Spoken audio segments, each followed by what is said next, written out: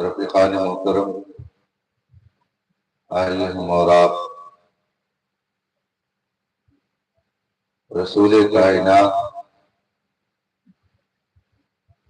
مصطفیٰ جان رحمت، نبی مکرم، شفیع معظم،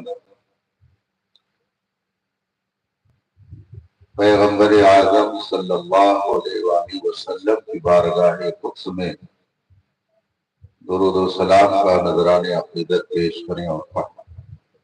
اللہم صلی علی سیدنا و مولانا محمد معدن الجود والکرم وآل کرام اجمعین۔ اللہ رب العزت کا کرم اور اس کا فضل و احسان ہے کہ اس نے ہمیں اور آپ کو اپنے اور اپنے محبوب کے ذکر کی محفل میں شریک ہونے کی توفیق بخشی۔ آپ سب قابل مبارکباد ہیں کہ آپ نے اپنا قیمتی وقت نکال کر اپنے دل و دماغ کو ایمانی روشنی سے منور کرنے کے لیے اس مجلس میں شرکت کی۔ صاحب خانہ جنہوں نے عقیقے کی خوشی کے موقع پر اس پاکیزہ بزم کو سجایا، میں انہیں بھی مبارکبادی دیتا ہوں۔ رب تعالیٰ اپنے حبیب پاک کے فیض انہیں اور ان کے اہل و عیال کو، اہل خاندان کو اور آپ سب کو دارین کی برکتوں سے مالا مال کریں۔ تھوڑی دیر کے لیے میں آپ کے درمیان ہوں۔ عقیقہ اور ختنے کی خوشی پانے کے بعد اس بزم کو سجانا یہ ایمانی تقاضے کے عین مطابق ہے۔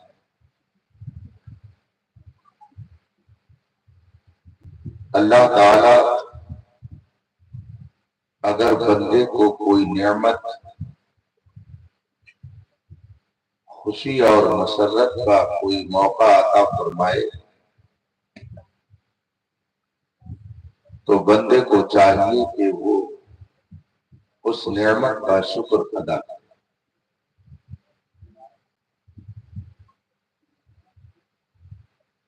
کچھ لوگوں کا مزاج ہوتا ہے کہ وہ ہمیشہ اپنا منہ کریلے کی طرح بنائے رہتے۔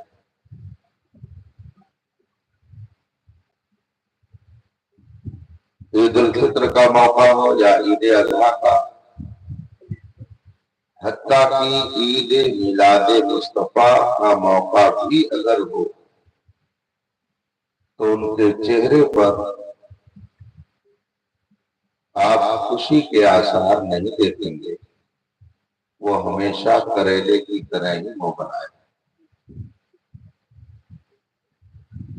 بلکہ کچھ لوگ خاص کر عید میلاد مصطفیٰ کے نام کو سن کر ہی کریلے کی طرح منہ بناتے ہیں، جبکہ قرآن و حدیث کی روشنی میں علماء کرام نے یہ فرمایا کہ خوشیاں ملنے کے بعد، نعمتیں پانے کے بعد انسان کو شکر بھی ادا کرنا چاہیے اور خوشی کا اظہار بھی کرنا چاہیے۔ قرآن کریم میں اللہ جل مجدہ نے فرمایا قُلْ بِفَضْلِ اللَّهِ وَبِرَحْمَتِهِ وَبِذَلِكَ فَلْيَفْرَحُوا، اے میرے محبوب آپ کہہ دیجئے یہ اللہ کے فضل اور اس کی رحمت سے ہے۔ فَبِذَلِكَ فَلْيَفْرَحُوا، تو اللہ کا فضل پانے کے بعد لوگوں کو چاہیے کہ وہ خوشی کا اظہار ہے۔ قرآن کریم کی اس آیت کریمہ سے یہ بات بالکل مثل آفتاب روشن ہے کہ جب فضل الہی ملے، رحمت الہی حاصل ہو، تو بندے کو خوشی کا اظہار کرنا چاہیے۔ اور ایک آیت میں فرمایا گیا لَإِن شَكَرْتُمْ لَأَزِيدَنَّكُمْ، اگر تم شکر ادا کرو گے تو میں اور تم۔ تو اس آیت کریمہ سے معلوم ہوا کہ فضل الہی پانے کے بعد خوشی کا اظہار کرنا چاہیے، اور دوسری آیت سے یہ معلوم ہوا کہ جو شکریہ ادا کرتا ہے تو اللہ تبارک و تعالی اس سے خوش ہوتا ہے اور اس کی نعمتوں میں اور اضافہ کرتا ہے۔ اسی لیے اہل ایمان اگر کوئی خوشی کا موقع پاتے ہیں تو وہ اظہار خوشی بھی کرتے ہیں اور اللہ کی بارگاہ میں وہ ہدیہ شکر بھی پیش کرتے ہیں۔ شکر کرنے کے کئی طریقے ہیں، خوشی کے اظہار کے کئی طریقے ہیں۔ ان میں سے ایک طریقہ یہ ہے کہ محبوب کی یاد میں محفل کو منعقد کر دیا، یہ بھی خوشی کا ایک طریقہ ہے، شکر الہی بجا لانے کا ایک ذریعہ ہے۔ اس لیے کہ ایک بندہ مومن یہ سمجھتا ہے کہ نعمتیں تو در حقیقت خدا دیتا ہے، اس میں کوئی شک نہیں، اور کوئی مسلمان اس کے خلاف عقیدہ نہیں رکھتا۔ ہر مسلمان یہی عقیدہ رکھتا ہے کہ کائنات میں جو کچھ بھی ہو رہا ہے خدا کی مشیت سے ہوتا ہے، کائنات میں جس کو جو مل رہا ہے خدا دیتا ہے۔ قرآن کریم میں اللہ تعالیٰ نے ارشاد فرمایا مَا تَشَاءُونَ إِلَّا أَن يَشَاءَ اللَّهُ رَبُّ الْعَالَمِينَ، تم کچھ نہیں چاہتے بس وہی جو خدا چاہتا ہے۔ بلکہ ایک جگہ قرآن پاک میں فرمایا گیا أَأَنْتُمْ تَزْرَعُونَ أَمْ نَحْنُ الزَّارِعُونَ، اے کھیتی کسانی کرنے والوں، کھیتی تم کرتے ہو، کسانی تم کرتے ہو، بیج تم نے لے جا کر کے ڈال دیا۔ اللہ تبارک و تعالیٰ کی طرف سے یہ اعلان ہے بیج ڈال دیا جائے، اگر اس کی مشیت نہ ہو تو دیکھیں اس میں کوپلیں نکل آتی ہیں، دیکھیں اس میں ڈنٹل نکل آتی ہیں، دیکھیں کس طرح سے اس میں پھول اور پتیاں نکلتی ہیں۔ تم نے بیج لے جا کر کے ڈال دیا، اگر اللہ نہ چاہے تو اسی میں وہ سڑ کر کے ختم ہو جائے گا اور اس میں ایک بھی دانہ دوبارہ اگ نہیں سکتا۔ اللہ فرماتا ہے انتم تزرعون، کیا کھیتی تم کرتے ہو؟ ہم نحن الزارعون، یا کھیتی ہم کرتے ہو؟ آپ نے لے جا کر کے بیج ڈال دیا، لیکن پھر اسے پھول پتیوں سے سجانا، اس کے اندر پھلوں کا لانا، ان پھلوں کو پکانا، یہ انسان کے بس میں ہے، یہ سب خدا کا کام ہے۔ اور اس کی مشیت اور اس کا نظام دیکھیے کہ پھل بندہ کھاتا ہے، لیکن وہ اپنے کرم سے بندوں کے پھل کی تیاری کے لیے زمین و آسمان کی کتنی چیزوں کو خدمت میں لگا رہا ہے۔ آپ سائنس کی کتابوں میں پڑھیے، سائنسدانوں سے پوچھئے، محکمے سے جا کے معلوم کیجئے، ایگریکلچر یونیورسٹیوں سے جا کر کے آپ دریافت کیجئے، تو آپ کو وہ بتائیں گے کہ پھل زمین کی طاقت لے کر کے ایک مدت تک بڑھتا ہے، لیکن جب اس کے بڑھنے کا وقت ختم ہو جاتا ہے تو اب اسے زمین کی طاقت کی ضرورت نہیں رہتی، اب اس کے اندر پکنے کا کام ہوتا ہے۔ زمین کی طاقت سے پھل پکتا نہیں ہے، زمین کی طاقت اسی وقت تک پھل کے اندر پہنچتی ہے جب تک کہ پھل بڑھتا نہیں، بڑھ گیا تو زمین کا کام ختم، اب زمین کی ڈیوٹی نہیں ہے، اب اس کے اندر پکنے کا کام، زمین پکانے کا کام نہیں کرتی۔ اسی لیے آپ نے دیکھا ہوگا موسم آ رہا ہے آم کا، آم کو جتنا بڑھنا ہوتا ہے جب بڑھ جاتا ہے، جب پکنے کی باری آتی ہے تو بہت سارے لوگ اس کو کچے ہی توڑ لیتے ہیں اور لے جا کر کے کہیں کارپیٹ اور پھلا رکھ کر کے اس کو پکاتے ہیں۔ اس کا مطلب کیا ہوا کہ پکنے کا کام زمین نہیں کرتی، بڑھانے کا کام زمین کرتی۔ یہ پکتا کیسے ہے؟ زمین نے اس کو بڑھانے کا کام کیا، اور اس کے بعد پھر جب پکنے کی باری آتی ہے اللہ تبارک و تعالی سورج کو حکم دیتا، چنانچہ سورج کی شعاعیں، اس کی کرنیں، اس کی دھوپ، اس کی گرمی اس پھل کو پہنچتی ہے اور سورج کی گرمی سے وہ پھل پکتا ہے۔ زمین کا کام ہے بڑھانا، سورج کا کام ہے اسے پکانا، لیکن ٹیسٹ جو اس کے اندر آتا ہے وہ سورج سے نہیں آتا، پھلوں کے اندر جو ذائقہ آتا ہے وہ زمین سے نہیں آتا۔ زمین کا کام تھا بڑھانا، اس کی نوکری ختم، اس کی ڈیوٹی ختم۔ سورج کا کام ہے پکانا، اس نے پکا دیا۔ اس کے اندر ذائقہ کیسے پیدا ہوتا، اس کے اندر رنگ کیسے پیدا ہوتا ہے؟ آپ سائنسدانوں سے جا کے پوچھیں، شریعت بھی یہی کہتے ہیں، دونوں میں کوئی ٹکراؤ نہیں ہے۔ جب پھل پکنے لگتا ہے سورج کی شعاعوں سے، اس کے اندر ذائقہ پیدا ہونے کی جب باری آتی ہے تو اس کے اندر ذائقہ اور ٹیسٹ پیدا ہوتا ہے، جانتے ہیں کیسے؟ ستاروں سے۔ سورج کی حرارت اور اس کی گرمی نے اسے پکایا، اور ستاروں کی تاثیر نے اس کے اندر ٹیسٹ پیدا کیا، ذائقہ پیدا، اور پھر اس کے اندر رنگ کیسے آتا ہے؟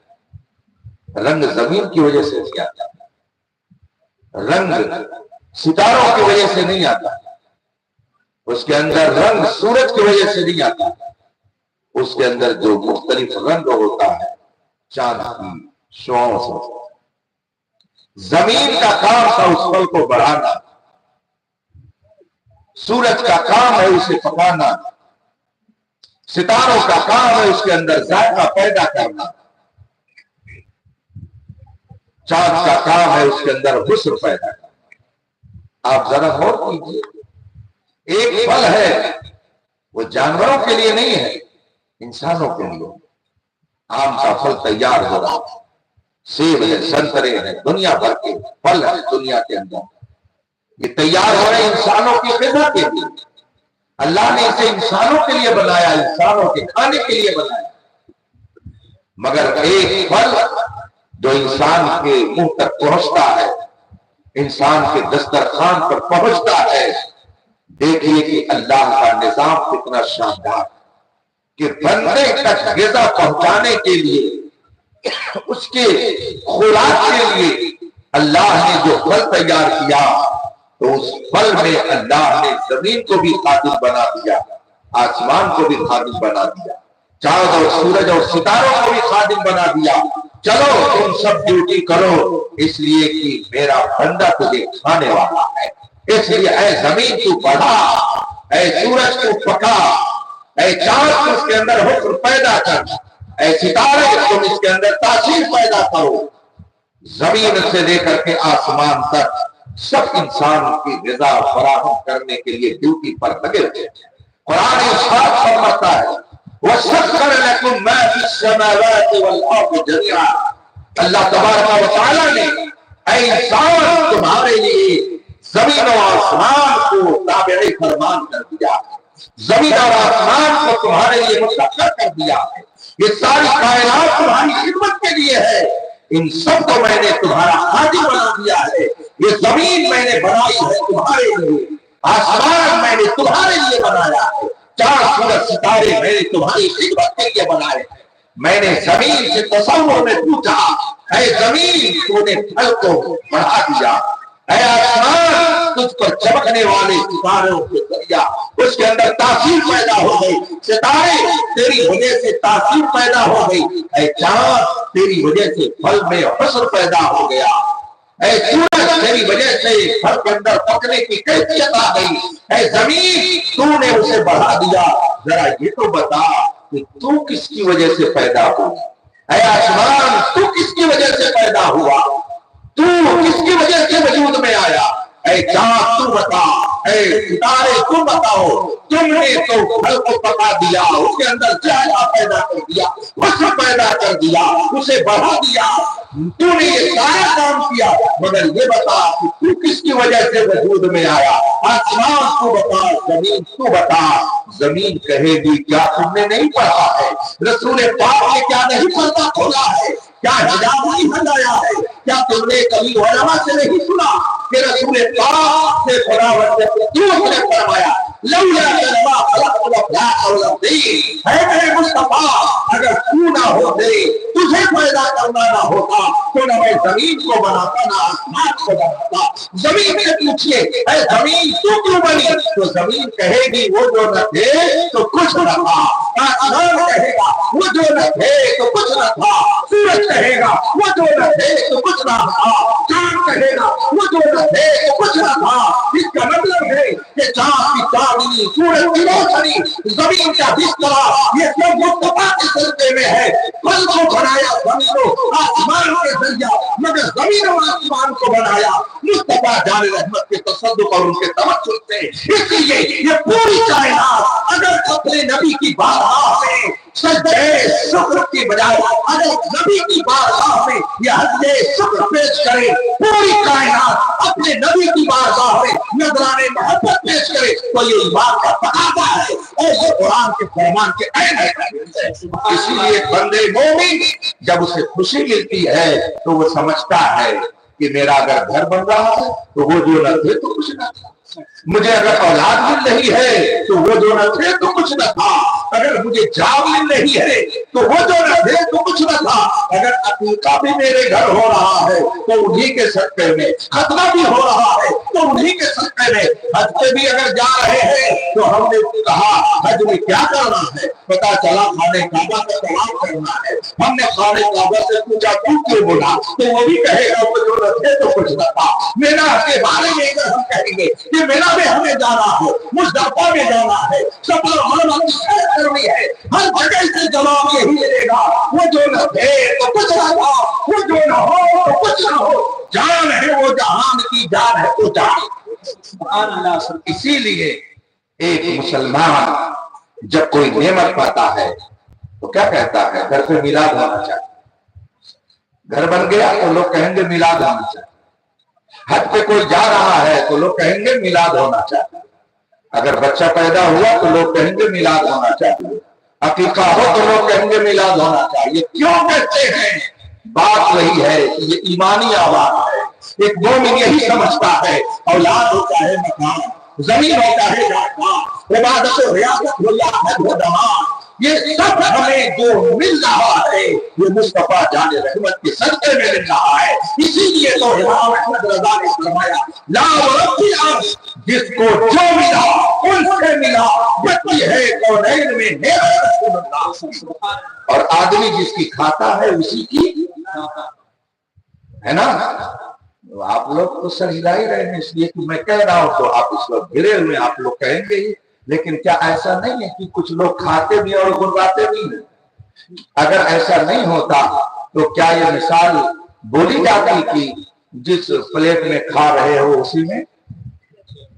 تو بوڑھوں کی یہ مثال یہ کوئی غلط نہیں ہے، کچھ لوگ ایسے رہے ہوں گے کہ جو کھانے کے بعد اسی میں، تو اس لیے لوگ کہہ دیتے کہ جس پلیٹ میں کھاتے ہو اسی میں اس کا مطلب کیا ہوتا ہے کہ آدمی کے اوپر اگر کوئی احسان کرے تو اس کا احسان ماننا چاہیے، ناشکری جس پلیٹ میں کھاؤ اس میں سوراخ نہ کرو، یعنی جس کے دربار میں پھلو اس کے سامنے آنکھیں لال پیلی نیلی نہ کرو۔ تو ایسے بھی لوگ ہیں، چونکہ آپ لوگ میرے سامنے بیٹھے ہیں اور میں یہ جانتا ہوں کہ آپ لوگ انہیں خوش عقیدہ لوگوں میں سے ہے کہ کھاتے ہیں تیرے در کا، پیتے ہیں تیرے در کا، پانی ہے تیرا پانی دانا ہے، تو آدمی جس کی کھاتا ہے اس کی گنگناتا ہے۔ لیکن کچھ ایسے بھی ہیں کہ جس کی کھاتے ہیں اس کی گنگناتے نہیں ہیں، بس اس کے سامنے غراتے ہیں۔ تو خدا کا شکر ہے ہم غرانے والوں میں نہیں ہیں بلکہ گنگنانے والوں میں ہیں، اور جو غرانے والے ہیں ان کے لیے اعلیٰ حضرت کا ایک شعر نظر ہے کہ تیرا کھائیں تیرے غلاموں سے الجھیں بڑے بے حیا کھانے غرانے والے۔ تو جو کھانے کے بعد غراتا ہے وہ اچھا نہیں ہوتا ہے، اور جو کھانے کے بعد گنگناتا ہے وہ خدا کو بھی محبوب ہے، خدا کے محبوب کو بھی محبوب ہے۔ ہم اسی لیے محفل میلاد کرتے ہیں کہ یہ شکر ہے رب کی بارگاہ سے، یہ شکر کا ایک طریقہ ہے کہ مولا نے اگر عقیدے کی سعادت بخشی ہے، خطرے کی سنت ادا کرنے کی توفیق دی ہے، تو بندے مومن یہ سمجھتا ہے یہ توفیق ہی اگر مل رہی ہے تو مصطفیٰ کے صدقے میں مل رہی ہے۔ رسول پاک صلی اللہ علیہ وسلم ارشاد فرماتے ہیں، بخاری شریف کی حدیث ہے، بخاری شریف کا نام تو سنتے ہی ہو۔ رک جاؤ بھیا تھوڑی دیر، تھوڑی لوگ کی تقریر نہ ہو جائیں، تم کہیں تو سنو، وقت بہت قیمتی ہے، 20-25 منٹ بعد مجھ کو جانا، ٹھیک ہے نا؟ اچھا اس میں تصویر تو نہیں لے رہے ہیں؟ ہاں ٹھیک ہے، انگل ہے نا کھڑا، ہاں بھائی ڈر لگتا ہے۔ درود شریف پڑھیں، اللہم صلی علی سیدنا و مولانا محمد بخاری شریف کی حدیث۔ میں نے آپ سے اس لیے پوچھ لیا کہ ایک شہر میں تقریر کر رہا تھا اور وہاں پر ایک میرے بے تکلف جاننے والے تھے۔ تقریر کے بعد انہوں نے مجھ سے کہا کہ حضرت دلی کی جامع مسجد کے بخاری کا اتنا بڑا رتبہ ہے کہ آپ لوگ اسٹیج پر ان کو حوالے کے طور پر پیش کرتے ہیں کہ امام بخاری نے فرمایا، امام بخاری نے فرمایا۔ تو مجھے ہنسی آ گئی، میں نے کہا ارے بھائی وہ اگرچہ دلی کی جامع مسجد کے جو امام ہیں وہ بھی امام بخاری ہی ہے، لیکن میں جس بخاری کا ذکر کر رہا ہوں یہ وہ امام بخاری نہیں ہے، بخاری شریف ایک کتاب ہے، اس کے لکھنے والے بھی بخارا ہی کے تھے اور بہت بڑے عالم تھے، اس لیے ان کو امام بخاری کہا جاتا ہے۔ وہ کہا اچھا وہ کوئی اور ہے؟ میں نے کہا یہ بھی بخارا ہی کے، ان کے خاندان کے لوگ بھی بخارا ہی سے آئے ہوئے تھے، اسی لیے ان کو بخاری کہتے ہیں۔ اور صحیح البخاری جو حدیث شریف کی بہت ہی اہم اور معتبر کتاب ہے، اس کے مصنف بھی بخارا ہی کے رہنے والے تھے، تو ان کی کتاب کو بھی بخاری شریف کہتے ہیں، اور ان کی شخصیت کو اگر یاد کیا جاتا ہے تو امام بخاری کے نام سے یاد کیا جاتا، وہ امام بخاری الگ ہے۔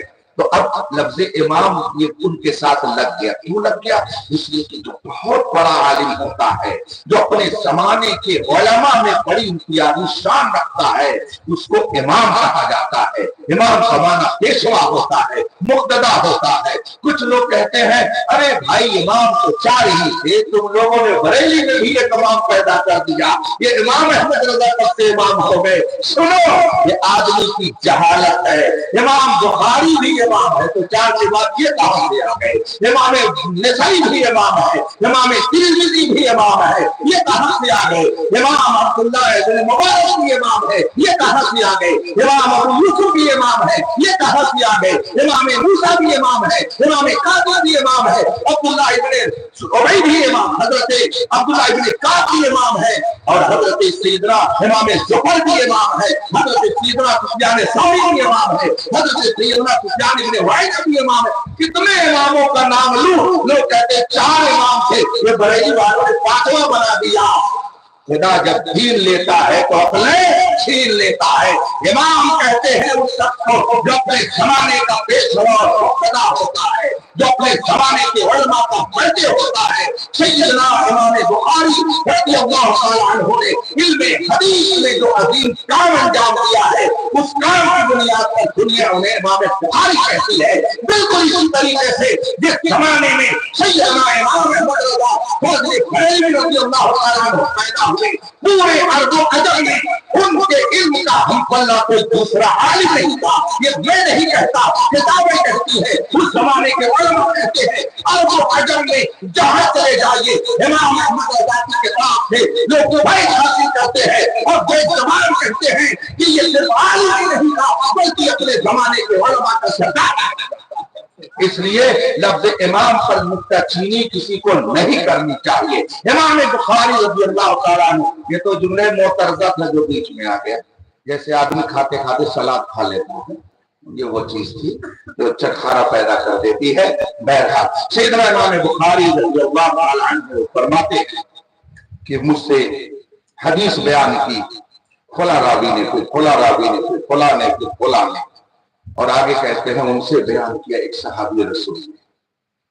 صحابی رسول فرماتے ہیں رضی اللہ تعالیٰ عنہ کہ میں نے رسول پاک صلی اللہ علیہ وسلم کو فرماتے ہوئے سنا۔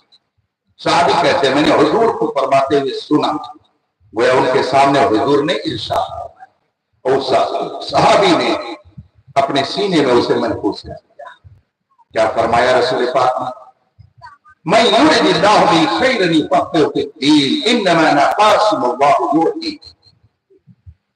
حضور صلی اللہ علیہ وسلم نے فرمایا اللہ جس کے ساتھ بھلائی چاہتا ہے اسے دین کا عالم بنا دیتا ہے، جس کے ساتھ بھلائی کا ارادہ فرماتا ہے اسے دین کی سمجھ عطا کر دیتا ہے۔ اور آگے رسول پاک نے فرمایا، وہ صحابی رسول کہتے ہیں رسول پاک نے فرمایا انما انا قاسم اللہ یؤتی، دیتا تو خدا ہے مگر بانٹتا میں ہی، دیتا خدا ہے مگر بانٹتا میں۔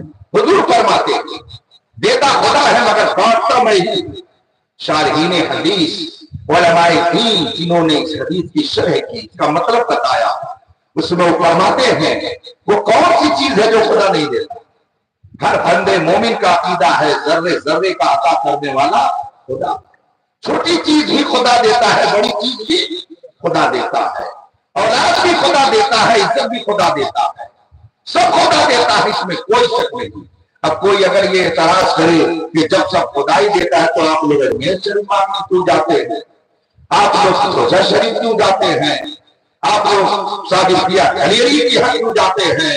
تو دیکھیے بات یہ ہے کہ یہ نظام قدرت ہے، اس نے جس طریقے سے ظاہری طور پر بہت ساری چیزوں کو درست کرنے کے لیے بہت سارے لوگوں کو تیار کر دیا۔ مثلاً اگر کسی کو نقشہ بنوانا ہے مکان کا تو اسے انجینئر کے پاس جانا پڑے گا، اگر کسی کو اپنے مریض کا علاج کرانا ہے تو ڈاکٹر کے پاس جانا پڑے گا۔ یہ ظاہری ڈاکٹر ہے، آپ اس کے پاس گئے، اس نے آپ کو دوا دے دی، آپ ٹھیک ہو گئے، دوسرے روز آپ ڈاکٹر صاحب سے اگر ملتے ہیں تو کہتے ہیں ڈاکٹر صاحب بہت اچھی آپ نے دوا دی، آپ کا بہت شکریہ، آپ نے مجھے ٹھیک کر دیا۔ یہ بتائیے کہ ڈاکٹر نے ٹھیک کیا ہے کہ خدا نے ٹھیک کیا؟ اس نے ٹھیک کیا کہ خدا نے ٹھیک کیا؟ لیکن آج تک کبھی آپ نے کسی سے نہیں سنا ہوگا کہ وہ یہ کہے ارے یہ تو شرک ہو گیا، یہ تو کفر ہو گیا۔ جب خدا ٹھیک کرتا ہے تو تم نے ڈاکٹر کو کیوں کہہ دیا کہ تم نے ٹھیک کر دیا؟ حالانکہ سب بولتے ہیں ڈاکٹر صاحب آپ نے اتنی اچھی دوا دی کہ میرا بخار چلا گیا، دوا نے مجھے ٹھیک کر دیا۔ دوا ٹھیک کرتی ہے؟ ایک مومن کا عقیدہ یہ ہے دوا نہیں ٹھیک کرتی ہے، ٹھیک خدا کرتا ہے۔ ایک مومن کا یہی عقیدہ ہے دوا نہیں ٹھیک کرتی ہے، خدا ٹھیک کرتا ہے۔ ڈاکٹر نہیں ٹھیک کرتا ہے، خدا ٹھیک کرتا ہے۔ دوا اگر ٹھیک کرتی تو آپ ہی ہیں، بہت سے لوگ آپ کے درمیان ایسے مل جائیں گے، اگر آپ ان سے کہیے تو کہیں گے ارے میں ایک بار بیمار ہوا، ڈاکٹر صاحب کے پاس گیا، دوا انہوں نے بڑی اچھی دی، ٹھیک ہو گیا، لیکن پتہ نہیں کیوں میں پھر ایک بار دوبارہ جب بیمار ہوا تو دوا تو ڈاکٹر صاحب نے ہی دی مگر وہ سوچ نہیں تھی، دوا اچھی تھی، دوا سے میں ٹھیک نہیں تھی۔